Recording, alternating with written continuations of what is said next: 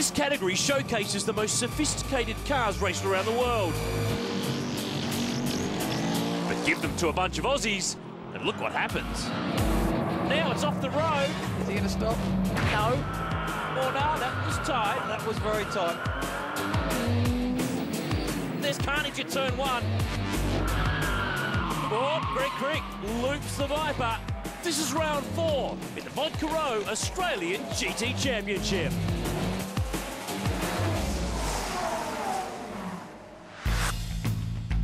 Well, it's an all-new venue this weekend for the GT cars here in North Queensland. And Will Davison from Trading Post Racing is with us today. I guess that's the unknown factor here, Will. These cars have never been to this track, but we know what this track's like. Yeah, it's so good to have the GT cars here at Townsville. A really, really cool circuit. It's got a bit of everything. You know, the first part of the lap's your typical street circuit. The back half's like a permanent circuit, like Albert Park. So with the different range and variation of GT cars, you know, it's going to be interesting to see which car comes out on top this weekend. And that's the thing in GT racing. The championship is full of all sorts of different cars, and the great thing this year is they've all been doing some winning. Yeah, it's awesome that in GT racing, such a different range of models, and we've had Audis, we've had Porsches, we've had the Mosler, even the Viper's been up there winning races this year, so it's great that all cars are quick. There's not one runaway winner. Those cars have been the dominant factor in GT racing for the last couple of years, but there's a newcomer on the scene, and Kylie King can bring us up to speed.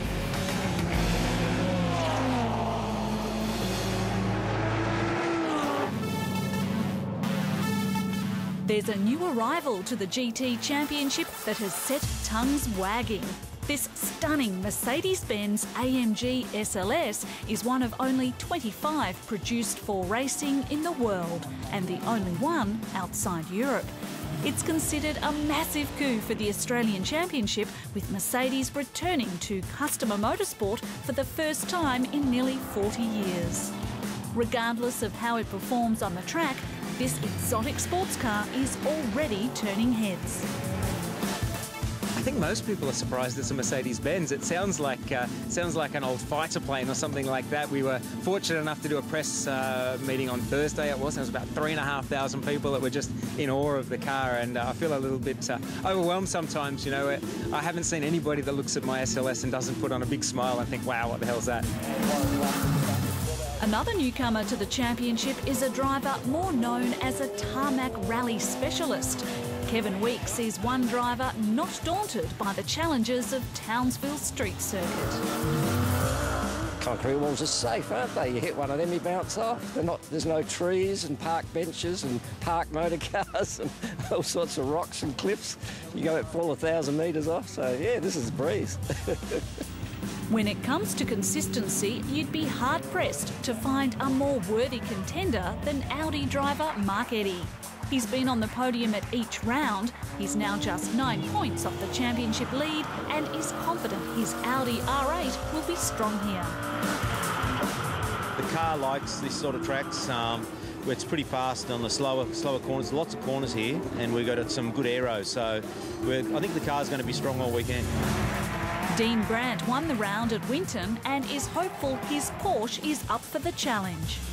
It's kind of like the Grand Prix mixed with Adelaide, you know, so it's a pretty good track, and the Porsche should be quick here. It's up to me, I guess, to see if I can get the time out of it.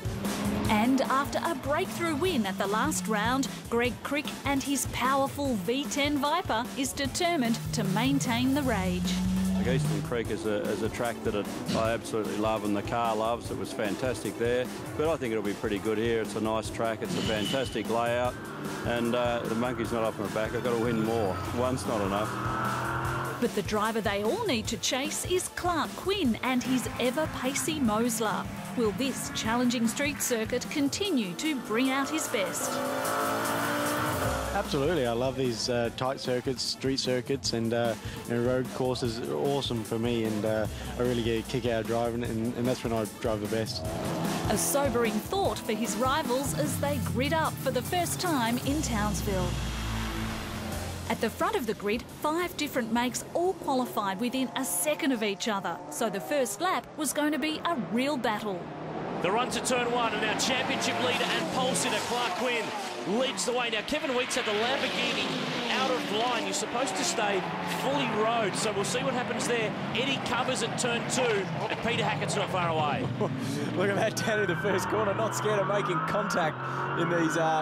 Look at the sound of that Mercedes. Doesn't that sound awesome? It's throaty. It's a 6.3 litre V8 car, GT3 spec, just having its second appearance, and it has really added flavour to the GT mix. It's a smaller field this weekend, but plenty of quality as Kevin Weeks starts to put the pressure on the leader, Clark Quinn. With Clark Quinn leading the way early, it was time for Tony Quinn to up the ante. Tony Quinn's got the Aston Martin charge again. Since the last round, he liked this series so much, he bought it. Don't blame him. I was very lucky to race a DBRS9 Aston Martin a couple of years ago. Exactly the same as that car, and it is an absolute pleasure to drive. What I love about the variation in these cars is the strengths in different areas. And some are quick in the straight, some are great on the brakes, some are good in the slow corners. The smallest car in the field was not getting any favours. This is Tim Poulton and Peter Boylan, the only contenders this weekend in the challenge class, which is for the fight within a fight. Boylan's in pretty deep. He gives the Bundy Lotus a tap and sends it around, so he's got rid of his opposition. Slightly bigger than the little Lotus. That Lotus is so deep on the brakes and quick around the corners, though. Just a little challenge in the straight. After a great start to the race, Kevin Weeks in his Lamborghini was forced to take a drive-through. So Kevin Weeks, a super lock. Gallardo is in pit lane to take a drive-through penalty. And as we suspected, he was out of line on the start. You must stay in a row. So let's have a look on the Vodcro replay. See him trying to get a run up the middle here, and I don't think that's in the rule book. Great sounding car. In fact, I don't think there is such a car as a bad sounding one. Another look again, and he is out of line. He's not rode in behind Mark Eddy, which, as per the rules, he should be. So hence why he's picked up a drive-through, but that car's fast. He can fight back. Peter Hackett's Mercedes-Benz was on the move, and he was letting everyone know. We know Peter Hackett's driving ability. He's the chief driving instructor for Mercedes in Australia and Southeast Asia, and he's pretty good with the headlight switch too. Yep, that's one of the GT famous things. They've got the flashing headlights when they're coming through, and what an amazing looking car it is. And Pete's been an unbelievable ambassador for Mercedes over the years, and it's so cool to see him here in this car and driving it extremely well. Down the inside, gets the move on Mark Eddy in the Audi that's second in the championship. Have a look at the barcode down the side of that car. Anyone with a mobile phone that can scan that barcode can go online and look at a YouTube video of him testing the car. Talk about technology. Geez, it's getting away from us these days. And on board with Peter Hackett, the amazing sounding SLS. Looking back at the Audi R8 of Mark Eddy. And the cool thing about this Merc, it's got the gold wing doors like the Mercs of the 50s. It really has got that touch of Mercedes-Benz, produced from the AMG and HWA racing divisions in Germany. Tony Quinn just behind. He bought this category since the last round. He's now the category management rights holder, but he's pretty much going to step back and let Sperrix, who run the V8 Ute Series, do their thing. He'll just keep competing and let things occur. So great to see that he's invested in this championship. And Greg Crick, this Viper, is right with him, but they've had a couple of overheating problems with this car, and it is a big car with a big engine. He's been one of the winners this year, and he certainly wants to win more. And as we can see, as Tony Quinn up the inside of Mark Eddy into the chicane, Hackett's taking off into the distance a little bit here, and he's been playing with the 10 different settings of traction control and ABS. Seems to be getting more and more confident in the car all the time. Is he playing a computer game or driving a GT car? He's got all the buttons in there. There's plenty of gizmos in these GT cars, and they're quick cars, you know, they stop and turn well. Greg Crick and Tony Quinn had been battling it out for position since lap 1. Greg Crick, the former GT champ. Tony Quinn hasn't won a race this year, dominated the end of last year and clean swept the final 2 rounds at Bathurst and Sandown. So you've got a V12 Aston Martin versus a V10 Viper.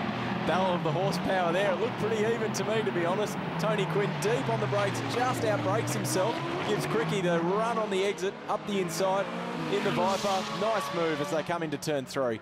Greg's got some good confidence on board. Won his first race of the season in the last round of the championship at Eastern Creek. But now he starts the chase of Peter Hackett and the Mercedes.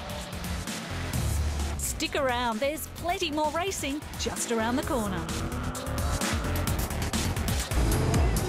This is round 4 of the Vodka O Australian GT Championship. As time started to run out in the 30-minute race, so did the drivers' patience. On board with Kevin Weeks, 10th in the Lamborghini, fighting back from that pit lane penalty. And up in front, that's Dean Grant. The Vodka O Porsche gets involved with Angelo Lazaris in the Lotus Exige. And he's not going anywhere. Let's have a look again, Will. As you can see, Grant up the inside, not the best passing opportunity. It's a fast fourth gear left-hander, and I don't think Lazaris saw him up the inside in the little Lotus. Tony Quinn here, putting a lap on Peter Boylan, our leader in the GT Challenge class. The Aston Martin's had some brake problems. It's had more. A couple of electric straps as the rear wheels were locked solid on the brakes there, and he'll get it spins going. the car out and spins it again. He's had a spin and then a spin, so it's 50-50. One by the brakes, one by himself, and now he's got to wait for the field. Bit of frustration kicking in there. He just wants to get on with it. That's another spot for Kevin Weeks, who moves on through. But in the end, it was Clark Quinn's Mosler that led from start to finish. Well, he won the opening 2 races of the season in Adelaide on the street circuit there. There must be something about concrete that Clark Quinn likes. He picks up race 1 here in Townsville. Crick 3rd, Eddie the Audi struggling to 4th. Ash Samadi, good job in 5th. And Kevin Weeks recovered for 6th. But Peter Hackett is a happy runner-up. What a great little run that was. Yeah, the SLS GT3 is just so consistent. Erebus Racing have given me such a good car. MPC have made it, you know, consistent over a race distance, if you like, and inside it's just a dream to drive. I've got 2-stage air conditioning and a TV screen and a drink bottle, so, you know, let's just cruise around and wait for them to come back to me. A good sign, another race. You might just have him in that one.